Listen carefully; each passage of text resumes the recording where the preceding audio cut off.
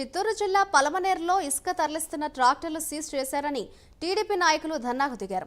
Palamaner police station దగ్గరకు పెద్ద ఎత్తున చేరుకున్న టీడీపీ శ్రేణులు సీఐ చంద్రశేఖర్ కు వ్యతిరేకంగా నినాదాలు చేశారు. డీఎస్పీ రావాలంటూ కూడా వారు డిమాండ్ చేశారు. టీడీపీ నాయకులు కార్యకర్తలకు వ్యతిరేకంగా సీఐ వ్యవహరిస్తున్నారని ఆరోపించారు. మాండ్లతో సహా లోడ్ ఇచ్చేసినాడు బ్రిడ్జి పక్కనే.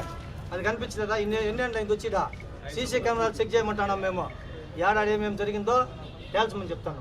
అంటే సిఐ గారు మొత్తం సిఐ గారు ఆయన మారిపత్లోనే జరుగుతా ఉంది. సిఐ చంద్రశేఖర్ గారు పలమనేరు మొత్తమే ఈయన వ్యాపారం చేపిస్తారు. సిఐ మనకేదన్నా ఇంటికి కావాలంటే 10,000 20,000 అడుగుతాడు బండికి. మిగతా అక్రమార్కులు కావాలంటే ఆయన ఏమన్నా 30,000 40,000 బండికి ఇచ్చేస్తే యాటికైనా తోలుకోవచ్చు. బెంగళూరుకి పోవచ్చు, పలమనేరు తోలుకోవచ్చు, ఏడైనా తోలుకోవచ్చు, ట్రిప్పర్లు కూడా వేసుకోవచ్చు. మొత్తం మాండ్లతో సహా లోడ్ ఇచ్చేసినాడు బ్రిడ్జి పక్కనే.